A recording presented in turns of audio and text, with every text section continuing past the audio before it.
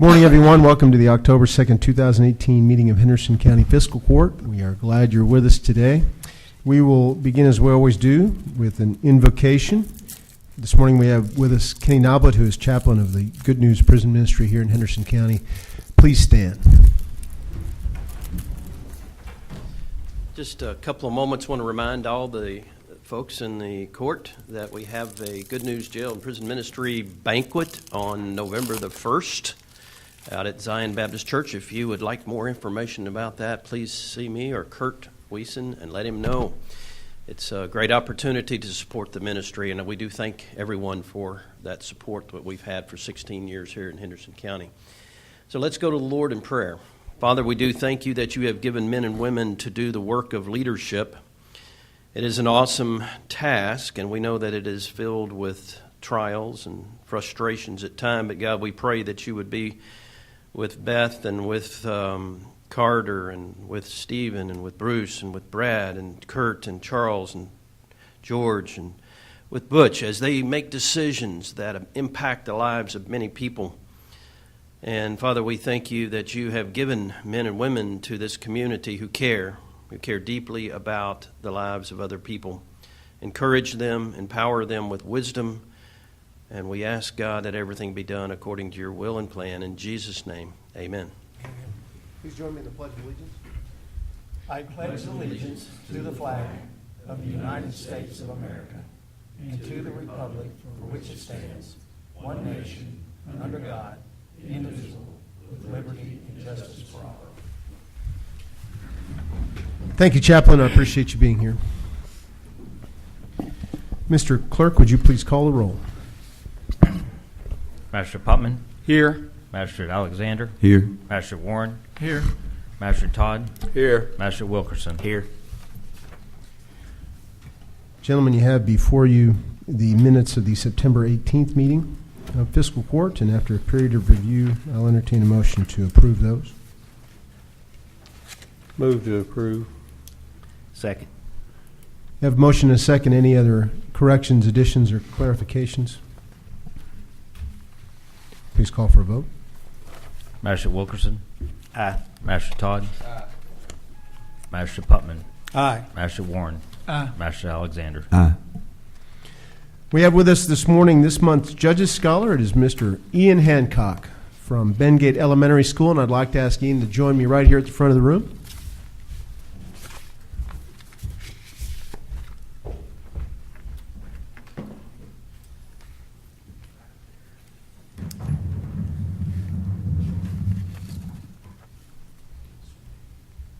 We're going to read a proclamation in your honor.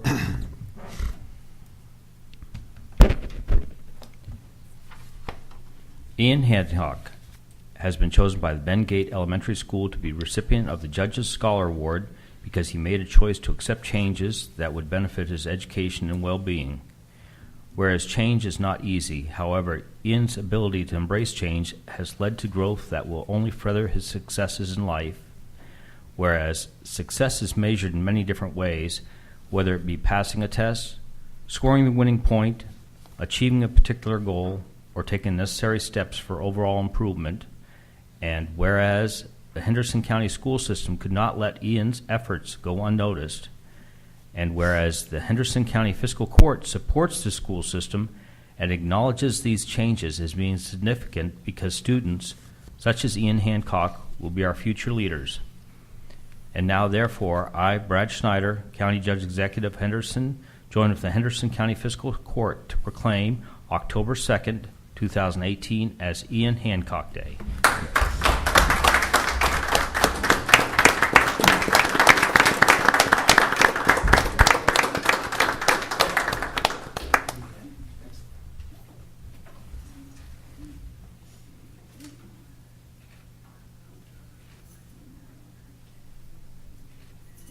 I'd like to ask if some school representatives to take pictures.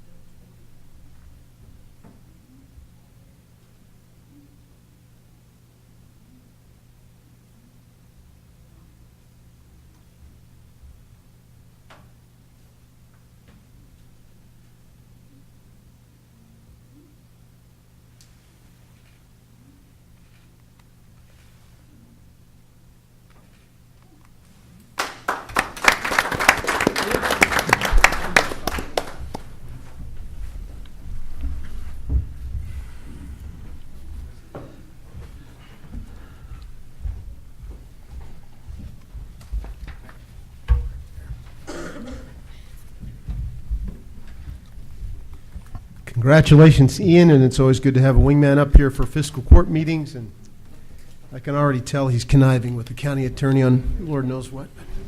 I'm sure they will make a good team.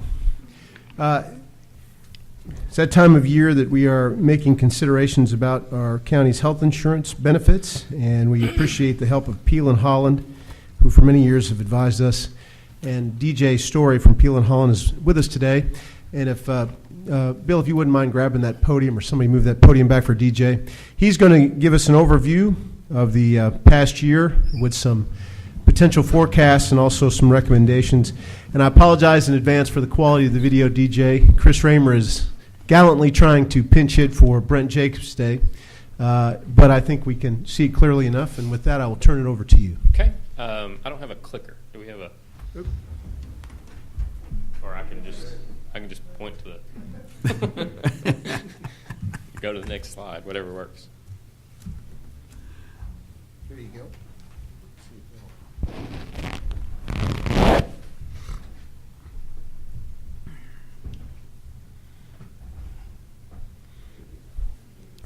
Maybe you can just holler at Chris. Yeah. Okay. All right. Well, thank you for having me. Pleasure to be here and to continue to serve the court. Keep this short and sweet and simple. It's good news, and we'll kind of go through this. If you can, go to the next slide. The agenda for today is to just kind of talk through a brief financial review of how the plan has been doing, the health plan has been doing for the Henderson County Fiscal Court, talk about the 2019 renewal, and then make recommendations for moving forward. So please let me know if you have any questions at any point in time. This slide gives us some annual cost details for the plan going back to 2015. A brief description of this slide shows that anything above that dollar sign or that zero number is net plan expense to Henderson County Fiscal Court. So that means your insurance costs, your administrative costs, and claims costs that are paid out in the self-insured environment. Anything below that $0 mark is something that was a cost to the plan but was paid through other avenues. So it's either paid through the insurance reimbursing claims that are over a certain dollar amount, or it is through employees' premiums that they're paying into the plan. So just a brief look at how that has trended over the past few years is a very positive one. Claims were up and costs were up significantly in 2015.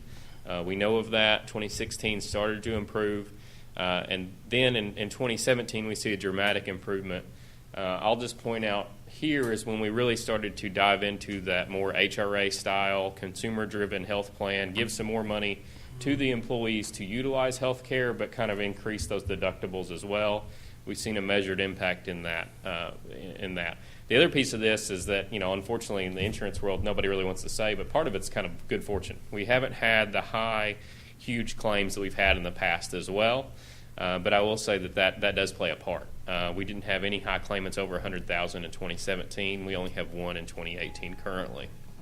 The other piece of this puzzle is that I think there's been significant investment in the wellness and partnering with the local hospital and trying to help people focus on preventive care and just get things done that help them keep their overall health care costs low. So any questions on the overall costs or information on this slide? Some of this cost is like a 5-year running total, like the 5th year falls off. We continue to prove, then our savings continues. Well, it's each one of these columns is just basically your claims and the plan. Your contract is a plan paid for like that calendar year. So it's a calendar year of the claims that have incurred and the insurance costs that go along with that. The next slide actually talks a little bit about your overall insurance costs, what you're paying for that. So I'll touch on that if maybe this will answer the question. Let me know if it doesn't. But overall insurance costs, so in this slide what I did is took out those claims, right, and just looked at the administrative and the insurance costs and then ran that on a per member per year basis. So your membership is up there at the top. That means your employee, spouses, dependents on the plan. And then ran that against what you're paying for that stop-loss coverage, that insurance coverage, and your administrative costs. The great thing here and the great news for the fiscal court is that going back to 2014 and what we're projecting for 2019, we're only a 3.5% increase in those costs in that running total, which is terrific in the industry, in a public sector. It's great in the private sector as well.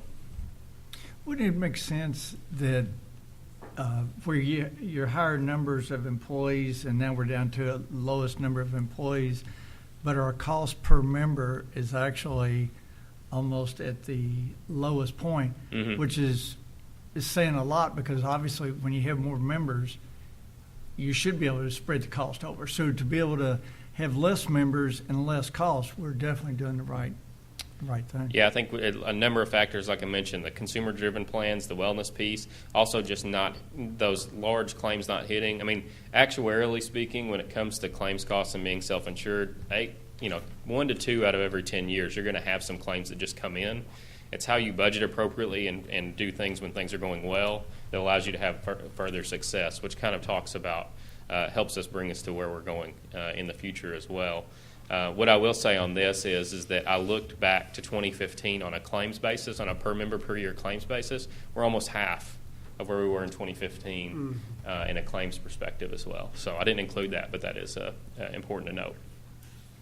So 2019 renewal, a couple quick points.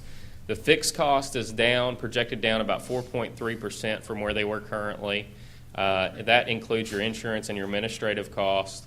I will tell you that the insurance cost, Anthem initially came in with about an 18% increase to the specific stop loss. When we challenged that and did our process and negotiation, we moved that down to a 4% increase, which is about a $40,000 savings for the court. So that was a good win there. Anthem's expected claims for 2019 are only a 2.4% increase over what we're expecting will finish out 2018. So to put that in perspective, we're projecting we're going to finish out in claims about 1.57 million in claims. The expected claims going forward that the underwriter is taking a look at is coming in just over 1.6. So they're saying everything, we're going to see some medical inflation, some of those things, but we're not anticipating a lot of claims more than what we've had this year moving forward. So that's a positive. So in looking at that and looking at the way that the budgeting has gone in this past year, and the credit to the HR and finance team with the fiscal court, our expected costs are 1.04% under budget for the new calendar year, and based on the amount of money that's coming in from employees and that's being funded by the fiscal court. So a great win there. Any questions on the renewal, aspects of the renewal? One thing I'd like to add is that in our budgeting process, which we go through in the spring, several months before we get this information from Peel and Holland, it's always kind of a guessing game. We budgeted a 10% increase in the overall budget for health insurance, and anticipating two things. Number one, we weren't sure how our claims were going to go for the rest of the calendar year, and number two, we wanted to continue to grow the escrow account if we could. This is money we're holding back in case we have a really bad year. We are self-insured, as you know, and so it's up to us, up to stop loss, to cover those costs. And because we'd had 3 good years in a row, there's always a chance that we will our good luck will run out in some ways. So again, we budgeted in not only to pay potential increases in the plan, but also potential significant claims. And we'll knock on wood, it'll continue the trend it's followed in the last 3 years, but we have budgeted to account for kind of a reversal of fortune just in case that happens. And to that point, Judge, so the underwriter will give us what they expect claims to be, and they'll say what the maximum claims are. Mm-hmm. So given the same number of people that we have today, if we have so much in claims, then our aggregate stop-loss coverage kicks in. That's the maximum. In saying that, even if we were to hit our maximum this year, because of that escrow has been built up, we'd be able to absorb that without having to reach back in and request additional funding, which is important. Yeah. Any additional questions on the health renewal? And I was going to say, that 10% increase was absorbed in our budget. We didn't ask employees to contribute any more than they had before. Their premium share stayed the same. Our HRA contribution stayed the same. We just absorbed that into our general fund budget, and we were able to do that because we've been efficient in other places. And I think it's important that we try to help our employees in that regard as much as we can. Yes. And back to you, DJ. Yes, of course.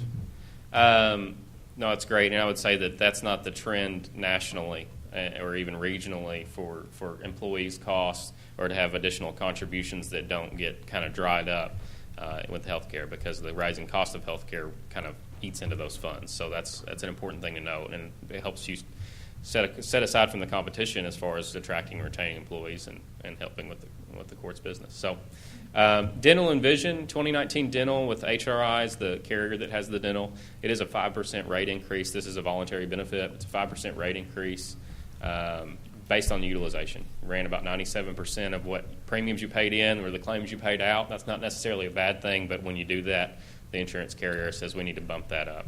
But DJ and I talked about this before. It's a good thing. Yeah. 90% utilization of our dental insurance is a good thing, because dental care is often an indicator of poor overall health. So I'm actually glad to see that. And as a percentage of our overall coverage, the dental is just a small portion. Very small portion. I think the employee single rate went up by like $1.25 in regards to this increase. So very small numbers when you're talking about that. And so that's a positive thing as well. And you're also competitive in the marketplace. The rates that are, even though 5% increase, are still competitive based on what else is out there. 2019 vision with Anthem is a rate hold, so we don't have to worry about that. There is no cost difference for that benefit as well. So recommendations, succinctly, is to continue with the process and program as it's been going so far, to not increase rates or change any contributions to employees. We'll continue to evaluate with the HR and finance team with the court to see as we approach that fiscal year and that budgetary if we need to make any adjustments at that point in time. But to move forward and sign off any agreements with Anthem and the carriers. Any questions? So again, we're moving forward as is, as we have budgeted. No rate changes. Correct. And hopefully we have another solid year with enough of a surplus to continue to add to our escrow account. Excuse me, DJ? Yes. Since with WageWorks, can you just kind of fill them in on, that it's going to... Yeah, there was no. So WageWorks is our HRA vendor, or they administrate the HRA for employees. There was no cost difference or changing in contract terms to the HRA, so there's no additional cost been there either. And we have discussed that the HR program has worked well. Yes. Employees have adopted it fairly enthusiastically. They're learning more about it every month that goes by. We've had some technical glitches that we've been able to work through and helping them get their payments, but I think overall it's been a win. Yes. Any final questions? You think the HRA is a motivator to be a smart consumer of your health care? Yes. Anytime you move a program where you have a higher level of a deductible, then you're forcing the employee to look at where those health care costs are coming from and see if they can make better choices. When you have the ability to have an HRA in there, which is employer funded, it allows them to say, okay, what are my choices? But also I know that I'm not going to get taken to the cleaner, so to speak, because I have these huge health care costs. So it still buys down your deductible, but you definitely see what those costs are being incurred and try to make better choices.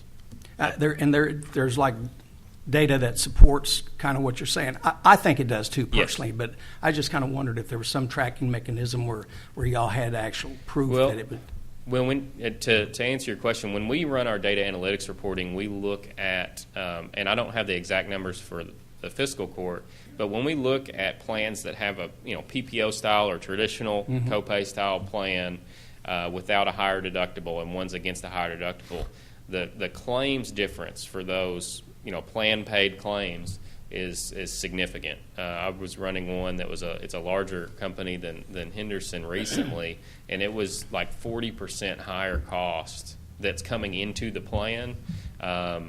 With the kind of the traditional style plan versus like a high deductible style plan. So yeah, you definitely see that they're absorbing more of that cost because it's not going away. It's going somewhere. And I think one thing that it does... Angela, you need to come up to the mic if you're going to make comments. Just a quick comment. Introduce yourself, please. I'm Angela Comer, HR for Henderson County. I think one thing that it does is it empowers the employee to know that they even have that option to shop around, because most of our employees didn't realize that they had that. If your doctor said that you needed a CT scan, then you just let the doctor schedule it, and you think that that's where you have to have it. And so now they are becoming more knowledgeable, more proactive about their own health care, and that they know that they actually can shop that process. So, That's good. yeah. It's a good thing. It really is. Yeah. And it was kind of a bit of a running joke in the community a couple of years ago with the number of urgent care places that were opening up in town. But the great thing about urgent care is that you can actually call and price shop among those. There are enough now you can actually compare. Whereas if you go to the ER for some of the things that they might be using their HRA card on, you don't get to know how much it costs till after the fact, typically. Yep. So in some ways, it's easier to shop around and price compare than it used to be. And we Definitely encourage is. people to do that. Yeah. And Anthem is starting more programs that help with that. So they're trying to. There's a piece of a program that will be kind of more implemented this year too, where they're looking at as prior authorizations come in for say a CT scan, that they're going to make sure that that is medically necessary and look for opportunities to shift cost or help save if that's possible as well. So that everybody's in the same boat of trying to keep costs as low as possible. The insurer, the carrier is, the court is, and the employee is, and when they have more of the deductible or cost that could come to them, it becomes more of an ownership issue of how do I keep my costs down. Yeah, right. Thank you. DJ, I have one question. Yes. And I look at the group here, and I know in our road department too, but we're all getting older. Is there insurance for hearing aids so we don't have selective hearing? There are different programs and discount programs for hearing. I don't know that what's involved in your current plan, but there are supplementary benefits that can be purchased. Typically, they're on kind of a voluntary type basis. Okay. But yeah, I can do some more research on that. as well. I just, we're Yeah. just. I don't have that information in front of me, but yeah, If that's a you good could question. check on it, yeah. Any other questions? DJ, thank you very much, and thank you for your ongoing expertise. We really appreciate it. Thank you. Appreciate it.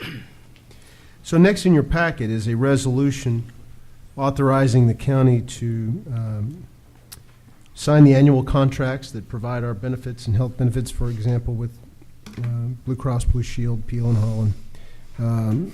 These contracts have been reviewed by the county attorney, correct? And you are supportive of their Approved as to form and legalities. approved as the form and legality. They are basically the same annual year-over-year contracts that we sign. But we do need to sign a resolution authorizing me to re-up the county for another year. So I will entertain a motion to, well, I'm going to have the clerk read the resolution, then we'll entertain a motion to approve. Or answer questions if we need to. Okay. First of all, I apologize to you all for not putting copies of the contracts. That's just a lot of paper, and you know me, I'm a tree hugger, unfortunately, sometimes. So, resolution authorizing county judge executive to execute insurance contracts. Whereas the Henderson County Fiscal Court provides various health insurance benefits to its employees through a self-funded insurance plan. Whereas Peel and Holland is a health insurance broker that provides benefits, advisory services to the court. Whereas the Fiscal Court, in consultation with Peel and Holland, deems it in the best interest of Henderson County to enter into an administrative services only ASO relationship with Anthem Insurance Companies Incorporated for the administration of the Henderson County Employees Health Plan. And whereas the Henderson County Fiscal Court, in consultation with Peel and Holland, has selected Health Resources Incorporated to be the provider for employee dental insurance. Now therefore there be it resolved as follows: that the Henderson County Fiscal Court hereby authorizes and directs County Judge Executive Brad Schneider to execute the attached contracts and agreements related to the administration of employee benefits. The Anthem ASO contract, Anthem ASO standard pricing assumptions, Anthem ASO standard stop-loss assumptions, Anthem stop-loss policy application, Anthem Blue Cross and Blue Shield single case agreement addendum to broker agreement, dental health options renewal contract form for HRI, Health Resource Incorporated, Peel and Holland benefit advisory agreement. And I'd like to ask DJ to come right back up to the podium and just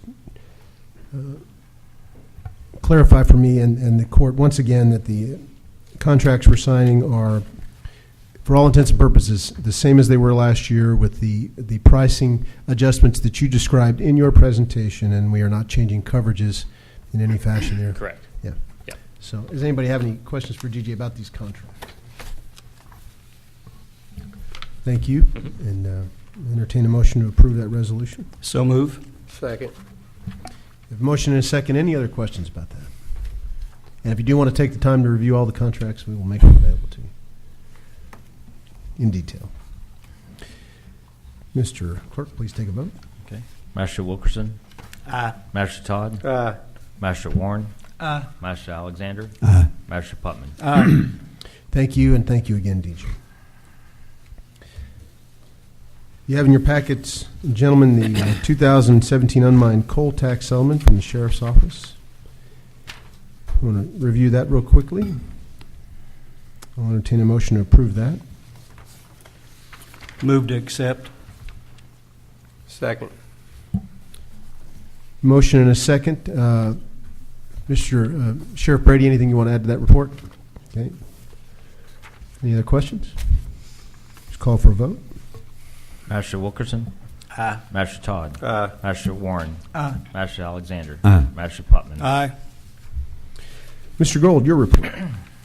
Judge, I've got 3 checks today. First, salaries, FICA, and retirement, $2,161.64. Dental and life insurance, $4.86. Health insurance, $467.95.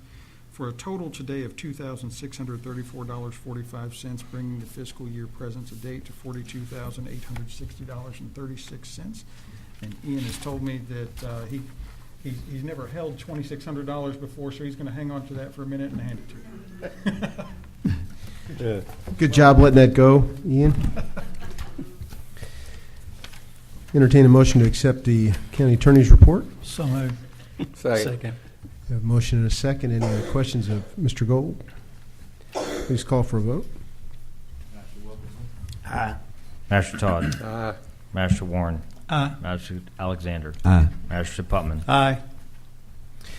Thank you. I'd like to call Treasurer Brenda Ryder up to present us with any claims and fund transfers. From the general fund to the Henderson Tourist Commission, the amount of $677.82.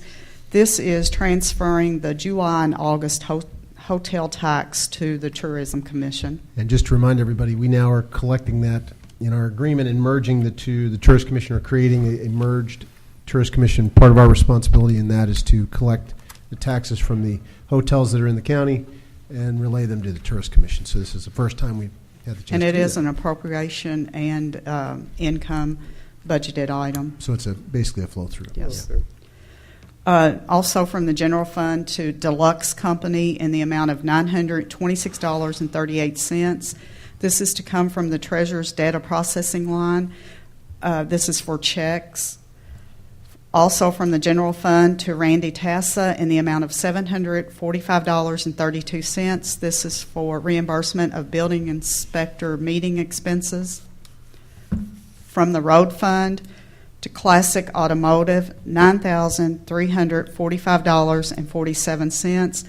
This is from the vehicle repair line. This is to for damages to a 2018 Ford. From the road department to Accent Wire Tie in the amount of $2,298.40. This is from the recycling equipment repairs line. This is for baler wire. Those are the only appropriations I have, and then I have a fund transfer. Let's go ahead and approve the claims first. Any other questions on those claims? Move to pay claims. Second. We have a motion and a second. And any other questions? Please call for a vote. Master Wilkerson. Aye. Master Todd. Aye. Master Warren. Aye. Master Alexander. Aye. Master Putman. Aye. Okay, man. Now funds. The fund transfer is to for the funds that were written from the general fund to the recently acquired Borex property for the detention center, transferring from the jail fund to the general fund $150,917.50. give you a breakdown of how this was come about, the general fund actually paid $194,733. $194,000. I'll get this right. $194,733.17 towards the purchase of the property. The additional will be coming from the commissary to the general fund. The additional being the difference between 194,000 and change and the 154. What would you say? It's $150,917.50, which is $43,815.67. Okay. And when are we going to make the transfer from the commissary account? Probably today. I think they're working on it right now. Do we need to go ahead and approve that transfer? I mean, is there something we need to do for that transfer? Yeah. Okay. So we're approving a transfer from the jail reserve. Is that correct? Yes, sir. To the general fund to replace the money that we used yesterday to go ahead and acquire the properties. As you know, at the last fiscal court meeting, we approved the execution of the purchase of the ground, and that was taken care of yesterday at closing. And technically, and due to what we voted on at the time, we are spending that money out of general fund and it's being replaced by jail reserves, and eventually the commissary account will make the general fund whole, and then we'll be able to move on to the next step, which is hopefully getting agreements with DOC for the building of the probation and parole office and other matters. So, and if Ms. Brady would, if you want to say something, please come up. Jailer Brady, I'm sorry. Good morning. Morning. I actually heard from the Director of Probation and Parole yesterday afternoon late, and the Commissioners signed off, the Housing Department signed off. There's 2 signatures left. It is approved, and This is on the lease agreement, right? yes, and we should have the paperwork back by the first part of next week. Excellent. So we'll be checking in on that. Things are moving forward. I appreciate it. We do have to approve these transfers, though, so I'll entertain a motion to approve those. So move. Second. We have a motion and a second. Any other questions? Do we have any other transfers to discuss? No, sir. Okay. Please take a vote. Master Wilkerson. Aye. Master Todd. Aye. Master Warren. Aye. Magistrate Alexander. Aye. Magistrate Putman. Aye. Thank you very much. Appreciate it. Good to be moving forward on that project. At this time, I'd like to open it up to any members of the audience who'd like to come up and say anything for the good of the county.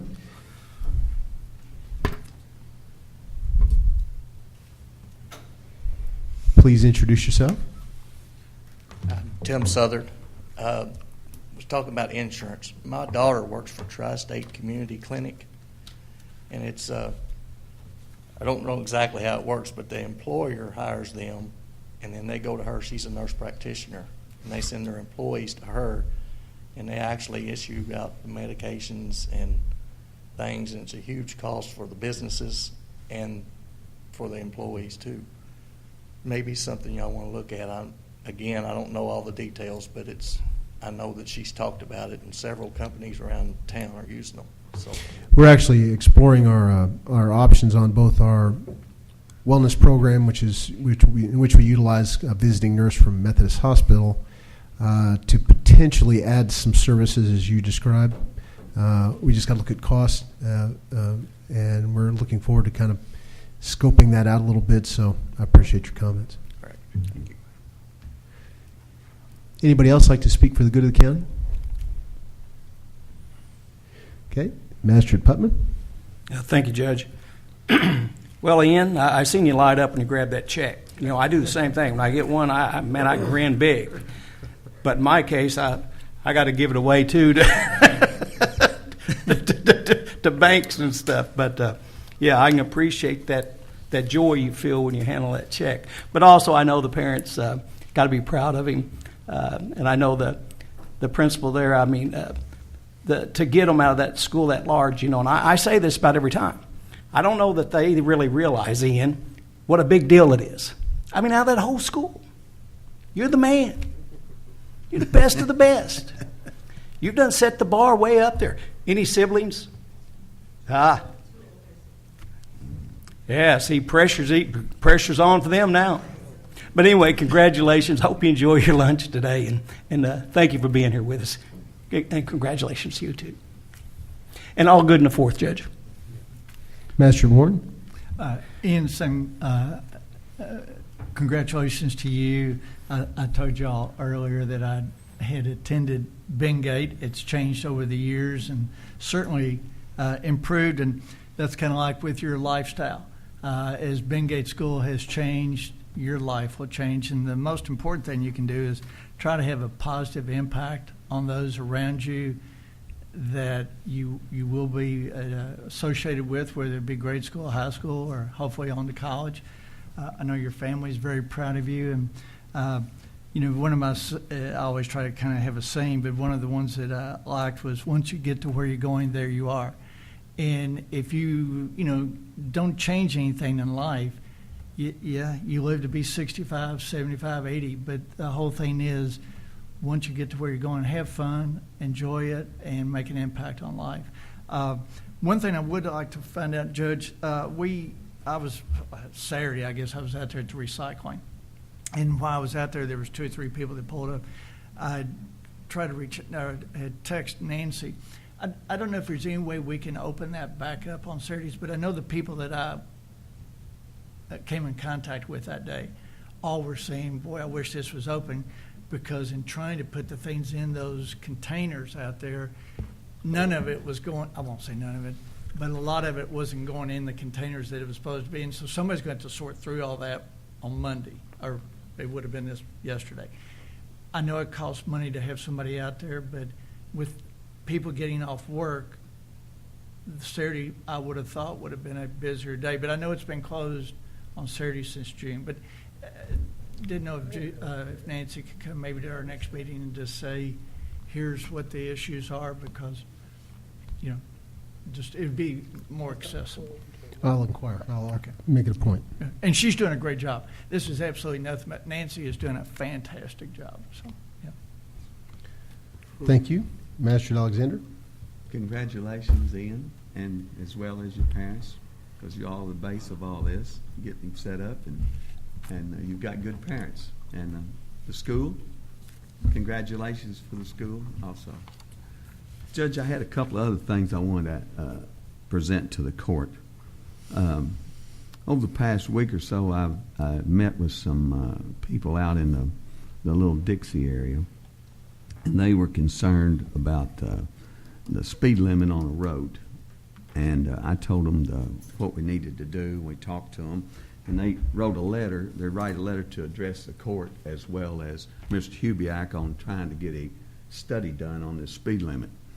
And I would like to present this letter to the clerk, and he might want to read it, I guess, as I don't know, read it to see what needs to be done, if it needs to be read. I can read it. If you want to read it in the record or just distribute it to That's what I was getting at, reading the record. Yeah. Okay.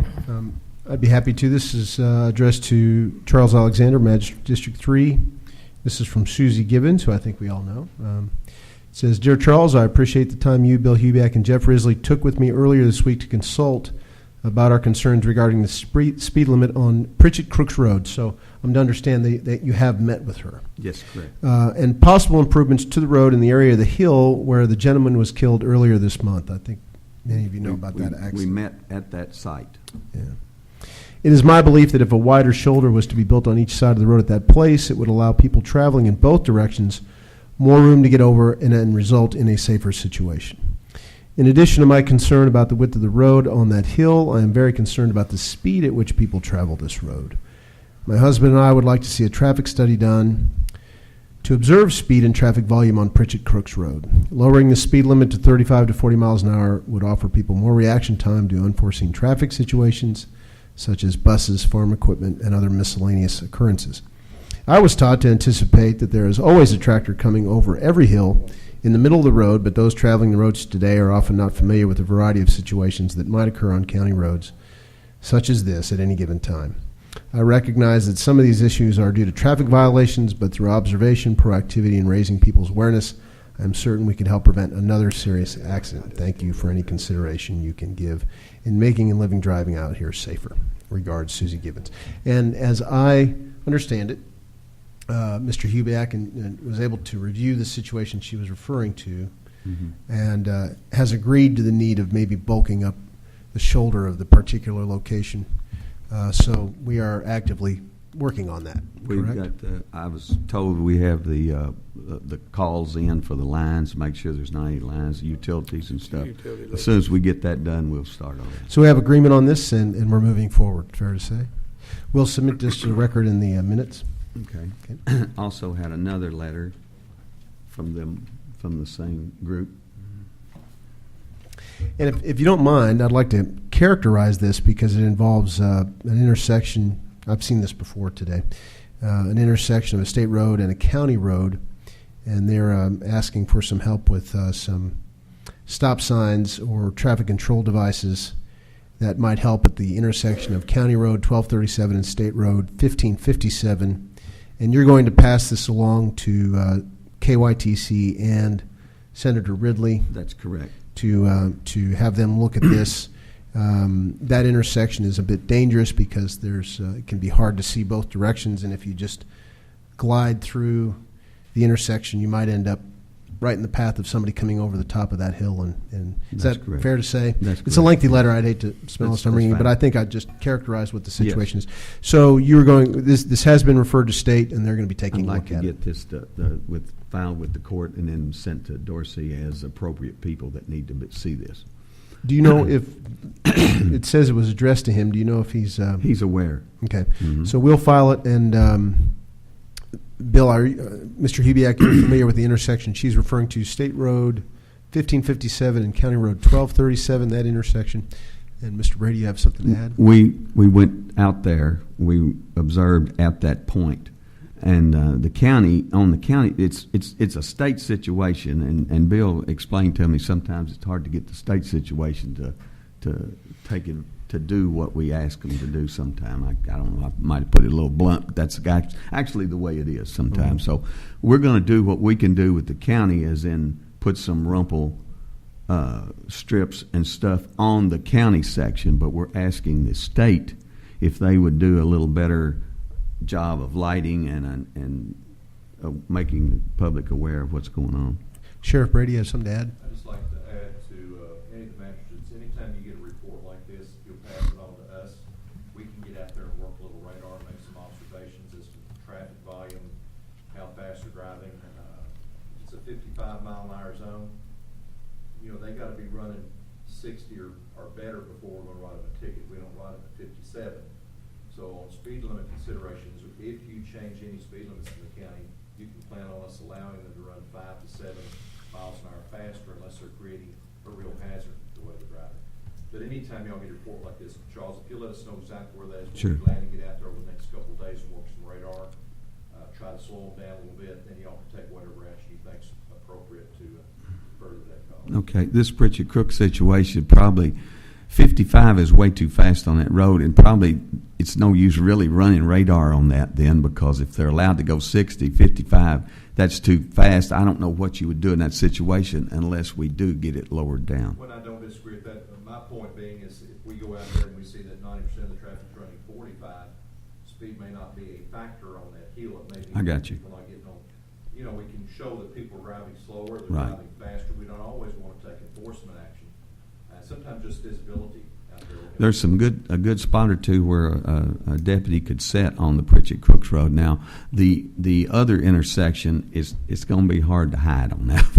I mean, Well, it's Well, we don't have to hide. Sometimes visibility is important. Okay. People get used to seeing a deputy. Shift changes is the times.